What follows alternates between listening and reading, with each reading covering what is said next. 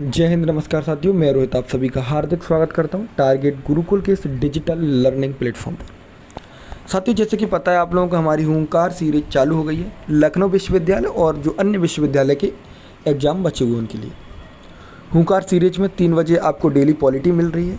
कल वाला वीडियो पर आपने काफ़ी अच्छा रेस्पॉन्स दिया, लेकिन जो टारगेट था 50+ लाइक का, वो अभी तक क्रॉस नहीं हुआ है। तो जिन लोगों ने वीडियो को अभी तक लाइक नहीं किया वो लोग जाके वीडियो देखेंगे और लाइक करेंगे। सबसे ज़्यादा कमेंट थी कि भैया बाइलिंगुअल आना चाहिए और कुछ अच्छा भी बताया जाए, मतलब कुछ और ऐड पॉइंट किए जाए। तो मुझे क्या लगा कि आपका जो यूपी पीसीएस का पेपर है ये सॉल्व कराया जाए। वैसे मैं ऑलरेडी इसको सॉल्व करा चुका हूँ, पर मुझे लगा कि आप लोगों को एक बार और बता दिया जाए, थोड़ा सा एलिमिनेशन मेथड आपका रिवाइज हो जाएगा। साथ ही साथ आप लोगों को जो प्रश्न का, अगर जो हार्ड लेवल पर भी प्रश्न आए तो आप लोग कैसे कर पाएंगे वो भी पता चल जाएगा। तो वीडियो को एंड तक देखना है। आज का भी टारगेट 50+ लाइक है। और जो आज के जो आंसर्स कल वाले भी अच्छे थे, लेकिन आज वाले में मुझे वो चाहिए जो मैं पूछूंगा, ठीक है। तो पहला क्वेश्चन आप लोग ध्यान से देखेंगे बाइलिंगुअल में। भारतीय संविधान की मूल संरचना की अवधारणा सर्वोच्च न्यायालय द्वारा किस वाद में प्रतिपादित की गई थी। 4 केसों के नाम दिए, आप लोग देख सकते हैं। Keshavananda Bharati case versus state Kerala 1971, Golaknath और चित्रलेखा, ये सारी चीज़ें आप देख सकते हैं। साथियों, जब मैं बात कर रहा हूँ आपकी प्रियम्बल की, तो प्रियम्बल वाले वीडियो में मैंने आपको बताया है, थोड़ा कलर चेंज कर लेते हैं, कोई दिक्कत नहीं, हो गया। कि जो आपकी प्रियम्बल मैंने आपको बताया कि केशवानंद भारती केस जब आता है 1973 में, तो बात करता है कि आप लोग संविधान में अमेंडमेंट कर सकते हो, प्रियम्बल में अमेंड कर सकते हो। वट बेसिक स्ट्रक्चर ऑफ संविधान, यानी कि बेसिक स्ट्रक्चर ऑफ कॉन्स्टिट्यूशन और basic structure of preamble change नहीं होना चाहिए। तो इसका सही उत्तर होगा आपका केशवानंद भारती केस। जब बात हम प्रियम्बल की करें साथियों, तो प्रियम्बल के बारे में आप लोगों को मैं क्या बताऊं, इसको हिंदी में प्रस्तावना कहते हैं या प्रीफेस ऑफ इंडियन कॉन्स्टिट्यूशन के नाम से भी जाना जाता है। प्रियम्बल में एक बार अमेंड हुआ है, वो 42वें संविधान संशोधन से किया गया, जो 1976 में हुआ था। एक बार ही अमेंड हुआ है, ठीक। प्रियम्बल को 13 दिसंबर 1946 को नेहरू जी ने पेश किया था ऑब्जेक्टिव रिजोल्यूशन के नाम से, ठीक है। साथ ही साथियों बात करें कि जवाहरलाल नेहरू इसको भारतीय संविधान की आत्मा भी कहते हैं। तो प्रियम्बल को भारतीय संविधान की आत्मा जवाहरलाल नेहरू जी के द्वारा कहा जाता है। तो अब मुझे नहीं लगता कि इससे ज़्यादा आप लोगों को इसमें कुछ बताया जा सकता है। अगर आप लोगों को फिर भी कुछ लगता है तो मुझे बताएंगे। अगला प्रश्न है, ये पीसीएस के पेपर हैं सारे।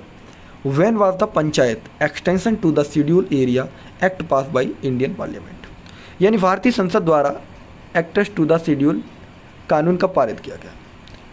अब आप लोगों को लग रहा है ये क्या है भाई, मैंने आपको पेशा के नाम से पढ़ाया था। जब आप 9th शेड्यूल वाली वीडियो देखेंगे जिसमें हम पंचायत की बात करते हैं तो समझ जाएंगे। पेशा यानी कि मैं पंचायत एक्सटेंशन शेड्यूल एरिया, तो ये आपका आया था 1996 में, ठीक है। ये सारी चीज़ें मैं आप लोगों को बताऊँ। वहीं पर मैं कमेटीज़ की बात करता हूँ, अशोक मेहता कमेटी और बलवंत राय मेहता कमेटी की। साथ ही आप लोगों को मैंने बताया कि पंचायत को अपनाने वाली पहली जो राज्य था वो राजस्थान था और नागौर डिस्ट्रिक्ट थी। ये सारी चीज़ें हो चुकी। तो मुझे नहीं लगता अब इस वाले प्रश्न में भी आप लोगों को ज़्यादा विश्लेषण देना पड़ेगा। अगले प्रश्न पर ध्यान देंगे आप लोग। अगला प्रश्न सुनिए साथियों, which one of the following did not serve as a vice president before assuming the office of president of India.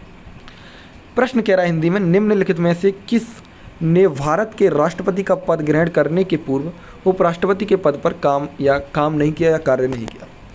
या ऑप्शंस में आपको डॉक्टर शंकर दयाल शर्मा दिख रहे हैं, नीलम संजीव रेड्डी दिख रहे हैं, डॉक्टर जाकिर हुसैन दिख रहे हैं और डॉक्टर वेंकटरम दिख रहे हैं। साथियों, ये प्रश्न आप लोगों के लिए है।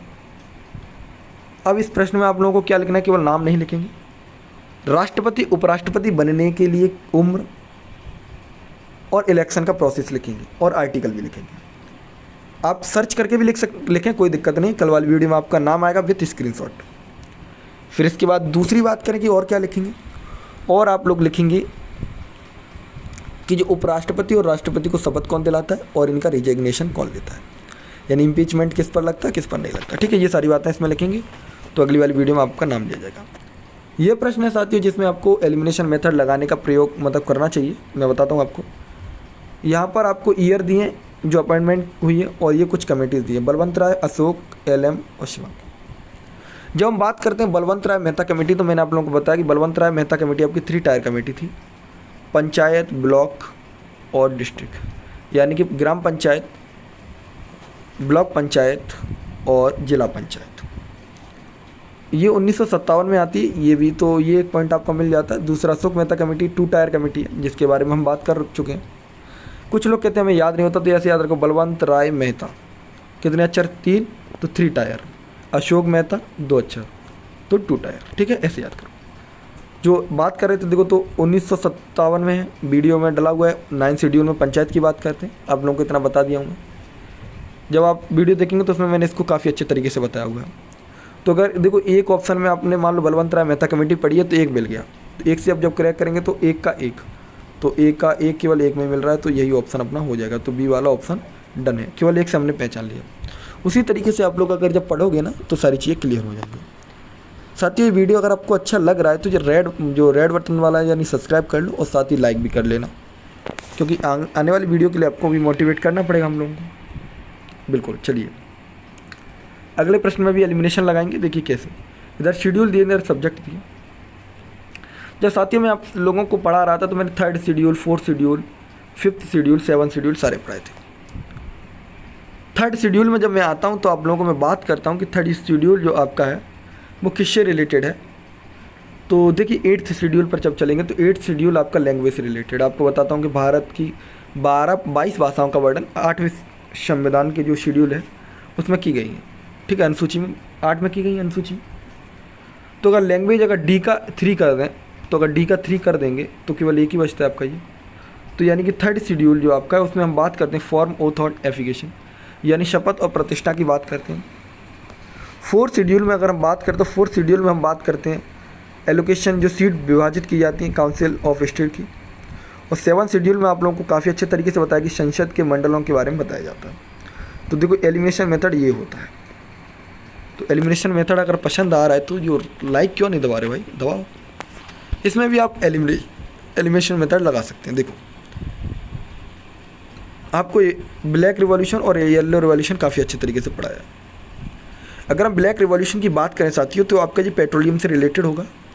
तो डी का 3 केवल इसमें है और इसमें है,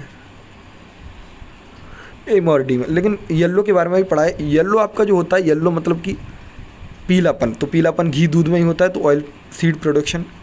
तो सी का 1, तो सी का 1 किसमें, इसमें, तो सी का 1 इसमें भी भाई, तो दोनों पर रुकना पड़ेगा।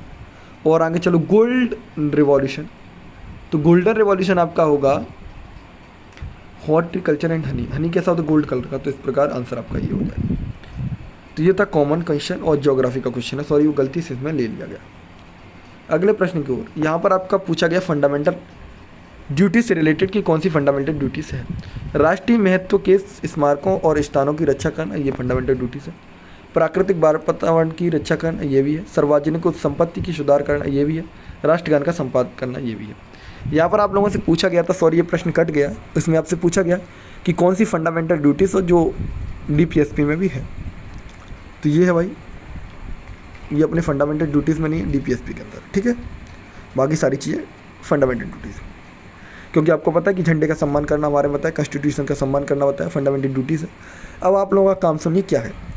कमेंट बॉक्स में आप लोगों को बताना है कि फंडामेंटल ड्यूटीज़ यानी कि मौलिक अधिकार का क्या कौन सा आर्टिकल है और किस पार्ट में रखे गए और किस कमेटी की रिकमेंडेशन पर हमने उन्हें लिया था और कब लिया था। बस इतना सा काम कर दो, आपका भी काम फ्री।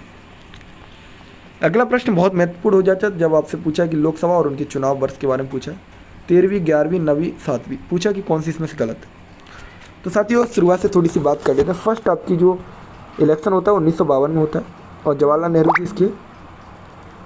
नेहरू जी प्रेसिडेंट बनते, वो क्या बनते हैं, प्राइम मिनिस्टर बनते हैं। फिर उसी के बाद आपका दूसरा इलेक्शन जो होता है 57 में होता है, 52 के बाद 57, 5 साल बाद फिर जवाहरलाल नेहरू जी रहते हैं। फिर 62 में होता है, फिर भी जवाहरलाल नेहरू जी होते हैं, ये 3rd हो गया, ठीक है। फिर भी जवाहरलाल नेहरू जी रहते हैं। 62 के बाद जब बात आती है 67, चौथे वाले में 67 में, तो जवाहरलाल नेहरू जी चले गए। फिर इसके बाद आती है इंदिरा गांधी। तो अगर आपसे पूछा जाता है कि सबसे ज़्यादा प्राइम मिनिस्टर का जो पद है वो किसने संभाला है, तो जवाहरलाल नेहरू जी ने। अब हम लोगों को कुछ चीज़ें पता करना है कि कौन सी चीज़ है।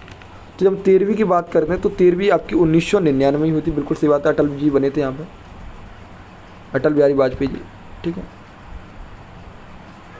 2004 में भी अटल बिहारी वाजपेयी जी होते हैं बीजेपी की सरकार से। ठीक, 11वीं की बात करें, जब हम 11वीं की बात करें 1996 बिल्कुल सही है।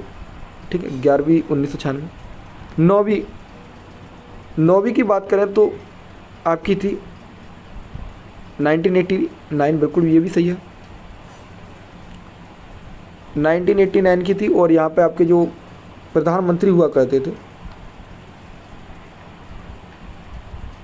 वो कौन थे आप लोग बताएंगे। ठीक है, बीपी सिंह हुआ करते थे। 7वें की बात करें, 7वां आपका 1980 है। ठीक है, 7वां आपका 1980 में, सॉरी एक मिनट साथियों, 7वां आपका 1980 में है। ठीक है, 7वें के टाइम पर प्रधानमंत्री कौन थे आप लोग ये बता देंगे। तो 7वें के टाइम पे थे चौधरी चरण सिंह, यूपी से थे ये, चौधरी चरण सिंह उत्तर प्रदेश के मुख्यमंत्री भी रहे, इसलिए इंपॉर्टेंट हो सकता है चौधरी चरण सिंह। तो चौधरी चरण सिंह 1980 में रहे और ये ऐसे प्रधानमंत्री जो कभी संसद नहीं गए थे। अगले प्रश्न की ओर चलेंगे। तो अगला प्रश्न आप लोगों से पूछ रहा है कि प्रधानमंत्री स्वनिधि जो मिलती है वो किसके लिए मिलती है। तो आपको पता है क्या भूमिहीन कृषि कृषक के लिए मिलती है, यानी कि जिसके पास भूमि नहीं उनको मिलती है, भूमि होती है उनको मिलती है। तो सीमांत किसान होगा इसमें। ठीक, फूड विक्रेता और डेयरी, इनके बारे में क्या क्या जानते हैं आप लोग, सारी चीज़ अगर आपको पता है कि कौन कौन सी योजना चल रही हैं तो योजनाओं को एक बार देख लेंगे और बता भी देंगे हम लोगों को कौन सी। 131वां प्रश्न देखिए, काफ़ी महत्वपूर्ण हो जाता है जब मैं इस पर चर्चा कर रहा हूँ तो, कि संविधान के किस संशोधन द्वारा दिल्ली को राजधानी बनाया गया। तो भाई जब बात करते हैं 73वां, 75वां, 70वां क्या क्या संशोधन है इनके बारे में आप लोग बताएंगे। और 69वें संविधान संशोधन के द्वारा दिल्ली को जो यूटी बनाया गया था। ठीक है,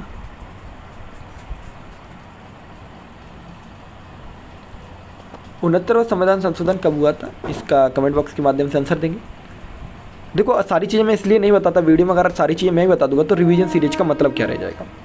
फिर भी ज़्यादातर मैंने काफ़ी चीज़ें आप लोगों को बताई हैं और आपको लग रहा है कि हाँ वास्तव में ज़्यादा चीज़ें बताई गई हैं तो आप लोग कमेंट मतलब आंसर बताएंगे, कमेंट बॉक्स में बताएंगे कि हाँ अच्छा लगा हमें। अगला वीडियो भी ऐसा ही आना चाहिए जिसमें हम PYQ सॉल्व करें, चाहे वो PCS के हों चाहे हम किसी यूनिवर्सिटी एंट्रेंस के करें। आप लोग देख रहे होंगे PCS का लेवल बहुत ही कमज़ोर हो जाता है जब आप लोगों की तैयारी को देखा जाता है तो। ठीक है, और ये भी बताएंगे कि 15 प्रश्नों में से आपके कितने प्रश्न सही निकले। ये वाला फर्स्ट आपसे पूछा जा रहा है कि पहली बार जो संविधान सभा की अच्छा पहली बार जो गवर्नमेंट बनाई गई थी कब बनाई गई थी। तो आंतरिक गवर्नमेंट की बात कर रहे हैं कि संविधान है, यहाँ पर कुछ क्वेश्चन में कट रहा है, कोई दिक्कत नहीं, इस प्रश्न को हटा देते हैं। मैं आप लोगों से एक नया प्रश्न पूछ लेता हूँ, उस प्रश्न का उत्तर आप लोग दे देंगे कि भारतीय संविधान सभा पहली बार कब बनी और किस की कहने पर बनी थी। ठीक है, जैसे क्रिप्स मिशन या कैबिनेट, इन दोनों के बारे में आप लोग बता देंगे। अगला प्रश्न सुन लीजिए। अगला प्रश्न आप लोगों से पूछ रहा है तो इसमें ज़्यादा सोचेंगे नहीं, पूछ रहे कौन सा गलत है। तो याद रखना 86वें संविधान संशोधन 2002 के बारे में मैंने आपको बताया जब फंडामेंटल ड्यूटीज़ पढ़ाते हैं, फंडामेंटल राइट पढ़ाते हैं, इसके तहत राइट टू एजुकेशन को जोड़ा जाता है। ठीक है, 71वें संविधान संशोधन 1972 में भी आपको बताया। 103वें में आपको क्या 101 वाला याद रखना, 101 में आपका GST के बारे में। ठीक है, 93वें संविधान में क्या है, ये सारी चीज़ आप लोग संशोधन एक बार जरूर देख लें। मैं आपको बताता हूँ कुछ महत्वपूर्ण संशोधन, जैसे आपका 74वां, 72वां, 76वां, 73वां, 91, ठीक है, 101, ये महत्वपूर्ण बता रहा हूँ आप लोगों को। ठीक है, 44वां, 46वां, ये सारे ही महत्वपूर्ण हैं आपके लिए। तो ये सारे अमेंडमेंट देख लेंगे, वैसे ऑलरेडी वीडियो डली हुई है, कोई दिक्कत नहीं आएगी। तो साथियों अगर आपको आज का जो 15 प्रश्नों का वीडियो था UP PCS का अगर पसंद आया है तो लाइक करेंगे, साथ ही ये भी बताएंगे कि 15 में से आपके 5 आए या 6 मार्क्स आए या 7 आए, और कुछ ऐसे लीजेंड होंगे जिनके आउट ऑफ होंगे, यानी कि 15 आउट ऑफ 15 होंगे, तो वो लोग भी हमें कमेंट बॉक्स के माध्यम से बताएंगे, जिससे हम एवेल्यूएट कर पाएंगे कि आपकी तैयारी किस स्तर की और आपको किस चीज़ की डिमांड है। धन्यवाद साथियों, धन्यवाद।